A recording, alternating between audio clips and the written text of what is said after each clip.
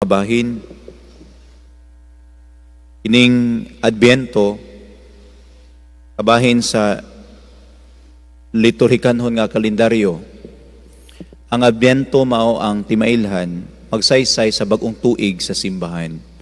Sa Roman calendar atong naandan nga bagong tuig o New Year magsugod diha sa January 1. Sa ato Katoliko Kristiyano atong New Year Adbyento.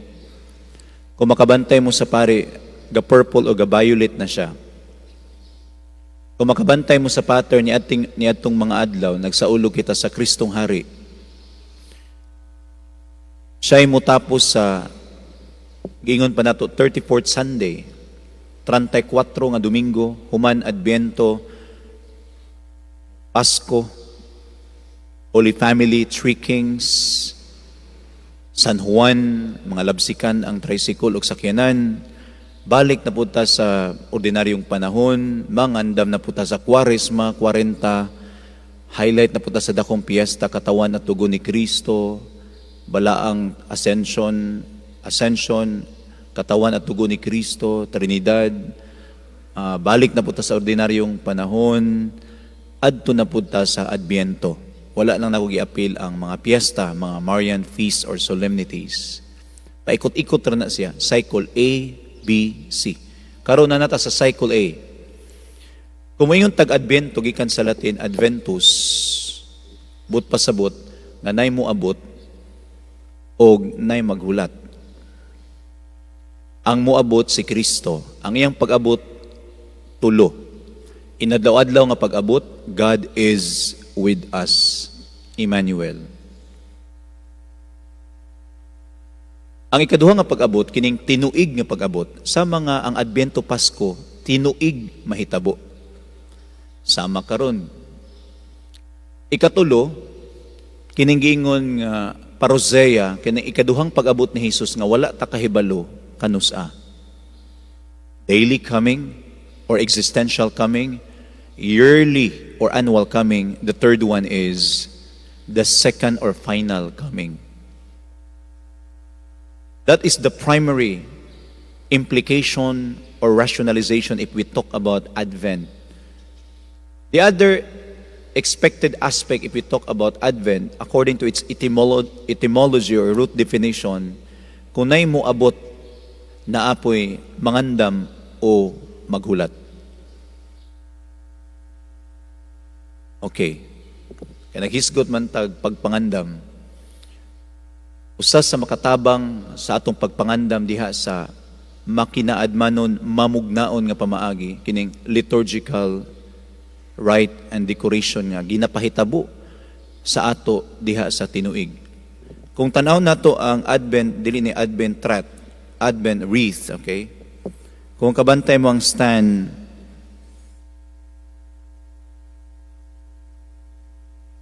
waman po ni galutaw, no? Stand, okay. Nagsimbolo man kini sa atong standpoint, atong pundasyon, walay lain, si Kristo. Away from Him, we can do nothing. Unya ang lantern, kung makita ninyo, ang gahigda nga lantern, kanang circle, siya ang atong sinugdan og katapusan. Siya atong alpha og omega. He is our core. He is our center. Kabantay mo sa color green, nagsimbolo sa kinabuhi. Siyang pundasyon, siya atong gilibutan sa atong kinabuhi. Siya atong kinabuhi. Kung makabantay mo kandila, purple, violet. Unang Domingo, violet. Ikaduhang Domingo, violet. Ikatulong Domingo, stopover sa taginhawa sa, kaya nagkaduol ng Pasko. Gaudete, sa Kwaresma nga time, letare, pink. Ikaupat nga Domingo, balik na po ta purple, violet. Ang modern nga add-on, kanang sa tunga, pagabutangan og puti nga kandila. So balik ta sa kandila sa una, kinigidagkutan sa Villahermosa family, kinsa gitahasan. Kung tanaw na tong unang Domingo sa Adbyento, ang tema na gitawag na siya og Candle of Hope, paglaom. Karon hangtod Sabado sa buntag, palawman nato ang tema paglaom. Di ni laom-laom. Kay kining paglaom nagpunting kang Kristo ang dalan, kamatuoran o kinabuhi.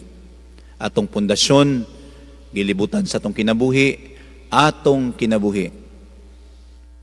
Ang unang tema, paglaom. Gitawag po ni siya og prophecy candle. Nagpunting ni siya sa karaang kasulatan ni Propeta Isaias o ubang propeta nga nagsaysay sa umaabot nga manluluwas, walay lain ang Ginoong Hesukristo. Hope candle. Prophesying candle. Ikaduhang Domingo, violet gihapon, violet, dire. Ang tema na, depende sa account ha, basi malibog mo sa social media. Usually, ang tema na kalinaw, napoy mo ingon uban, pagtuo. Peace candle, faith candle. O gitawag po ni siya og Bethlehem candle. Mao kini ang kandila nga nagsaysay diha sa journey sa panaw ni Jose, Maria ug Jesus. Ngadto sa Bethlehem, house of bread. Bethlehem, house of bread. Ug mingon si Jesus, I'm the bread of life. Ako ang pan sa kinabuhi. Nay kagutom nga di mahatag sa physical kundi spiritual. Gipakatao siya sa pasawan, bahuganan, may ibig sabihin yon. Naa siya sa kananan, table fellowship, aon. But this food is not just physical, but spiritual food.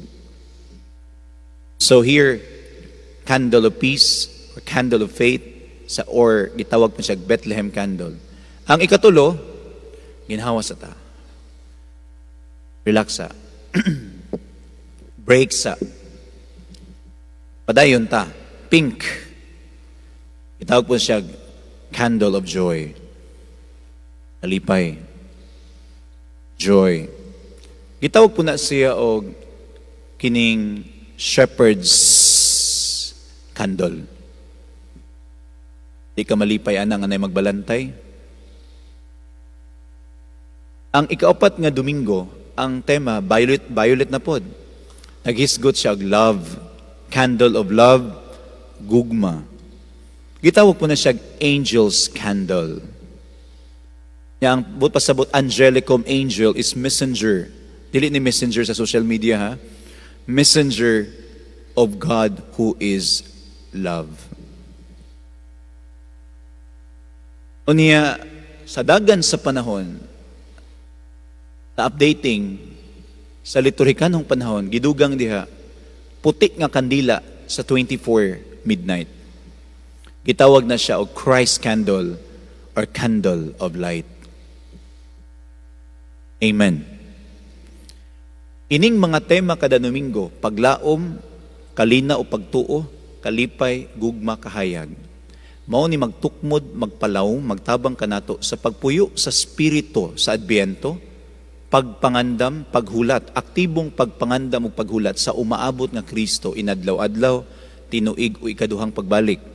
Kay ang entire manggid nga disciplines sa Advent to Christmas season is about praying, fasting or abstinence or almsgiving. Tulugin na. Nga hinaoton ta sa Adbyento, pagpangandam ngadto sa Pasko, din ipakatao si Kristo.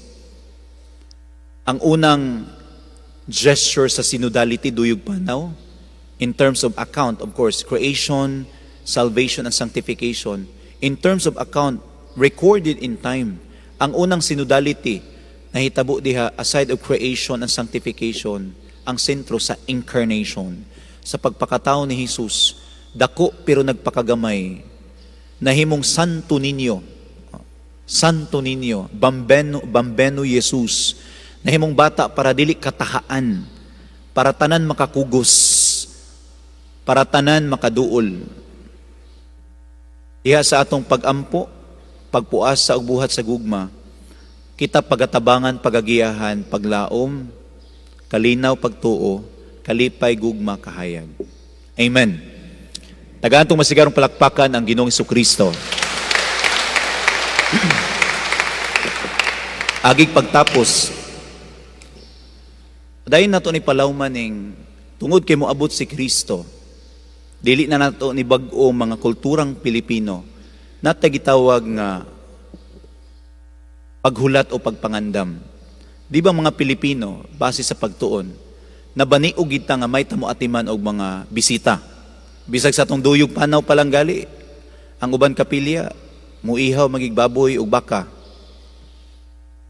Pag natay bisita, ang mga plato nga gitaguan, kutsara, tinidor, kurtina, habol, manggawas, gina. Itapod labi na si Jesus moabot sa tong kinabuhi. Ang uban nangandam nagtigom, okay baw na mo. Kayo moabot ng Pasko. But that is only one definition of Christmas. Nganong pinasahi, unique ang pagpangandam, paghulat sa umaabot nga Pasko sa Katoliko, Kristiyano. Tulo.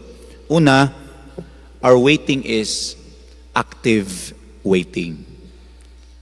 Kita Pilipino Katoliko, kinsa nangandam sa umaabot nga Pasko, sugod sa Adbyento, aktibo ta nga naghulat, aktibo ta nga nangandam. Mingon si Pope Francis, beware of lukewarm Christian, beware of passive Christian, beware of complacency. Kay baw kita nga excited na gayta sa Misa de Gallo, mangandam na ang tanan manimba, kumplituhon gyud para ang pangayoon ihatag gyud sa atong Ginoong Hesukristo. Aktibo tang nangandam. Ang uban mga eskwelahan karon, mga balay gaandam nagbilin Christmas tree. O uban pa diha. Active waiting, di magpitok-pitok. Kumuyon tag maghulat, murag huwan at huwan na tamad. Wag gid tay mati-ti diha, wag gid tay makuha. But for us Catholic Christian, ang atong paghulat ug pangandam, murag si mama bitaw, ang anak nagikag MSU, IIT, CMU, I miss you, or wherever schools, pag makadungog na kayo na signal and sign, or mo text lang ang anak, moingon nga, muabutay na ko, either abroad o FW, or alumni homecoming, mo signal na kayong classmate moingon, going back home. Basta ang mama ana, pangandam na yun ng Bisayang manok, adobo nga bulanon. Kira mo? Si Kwati Puto, ako nagpadugdungog, ana na gina, labi ng kabadbaranon. Okay ra mo? So, active waiting ka na siya. Ang taong tapulan, di pa kanon. Okay ra mo? Active waiting. Amen. Ikaduha, ang atong paghulat o pagpangandam, gitawag po ni siyag hope-filled waiting. Hopeful waiting. Mo ning pinasahi sa Katoliko Kristiyano. Aktibo tang gahulat, malaumon tang gahulat. Nya kini atong paghulat di man ni laom-laom. Kay kini nga paglaom nagpunting sa realidad, kamatuuran nga walay lain si Kristo ang nagluwas kanatong tanan. Nya nindot kay siya handumon balik-balikon, nindot handumon balik-balikon ang kamatuuran. Pero ang bakak lisod balik-balikon. Pero kini si Jesus, nga nagmahal ka natong tanan maging sino ka man, pagkalami balik-balikon, makahatag kusog, makahatag inspirasyon, likod pa man sa mapadayaw nun karon nga historical revisionism, denialism, and fake news. Siya manggid ang antidote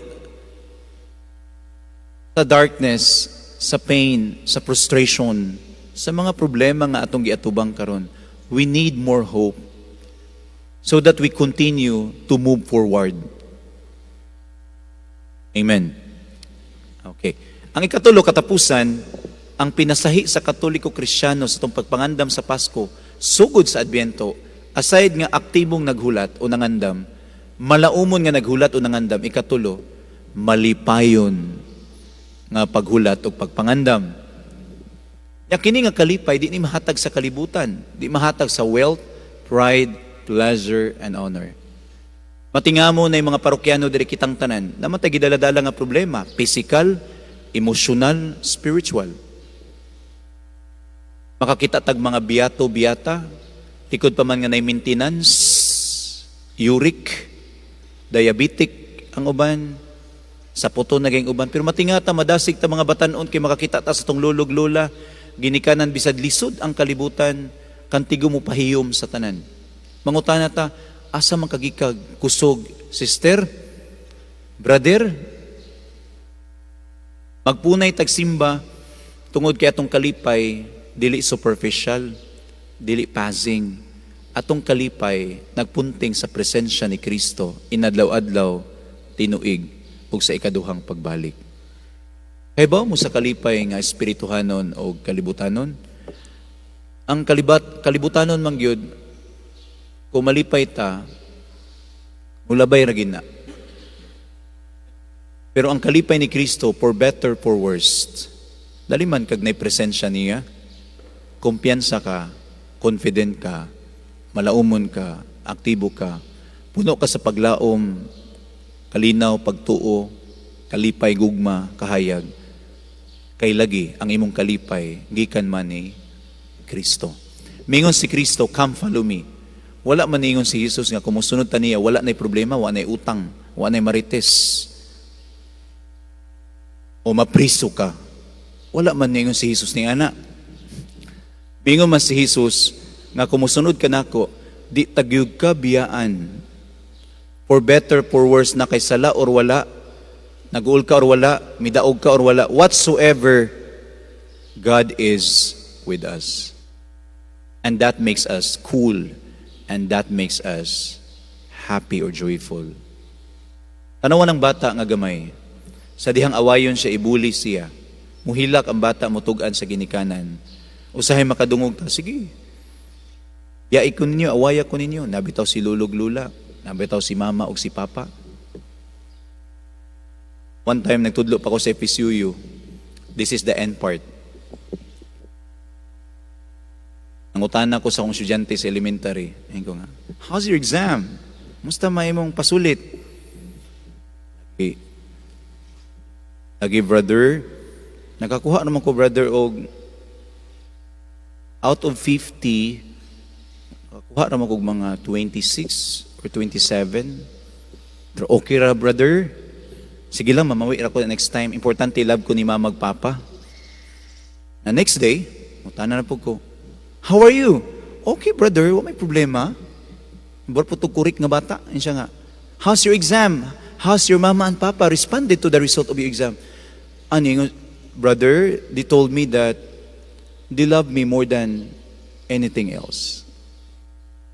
Muna, kung ang bata mo take sa board exam, muhangyo lang po ko sa ginikanan, ayaw po pangutan nga, sure nagyug ka makapasar nak ha? Siguro agin na. Igna po tao nak, nagkaon na ka. Kamusta ka?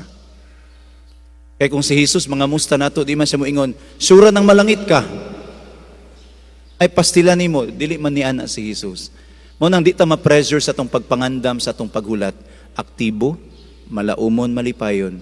Kanatay Ginoong Hesukristo, na may respeto sa atong pacing, anda mo dawat kanato, umulan man o bumagyo.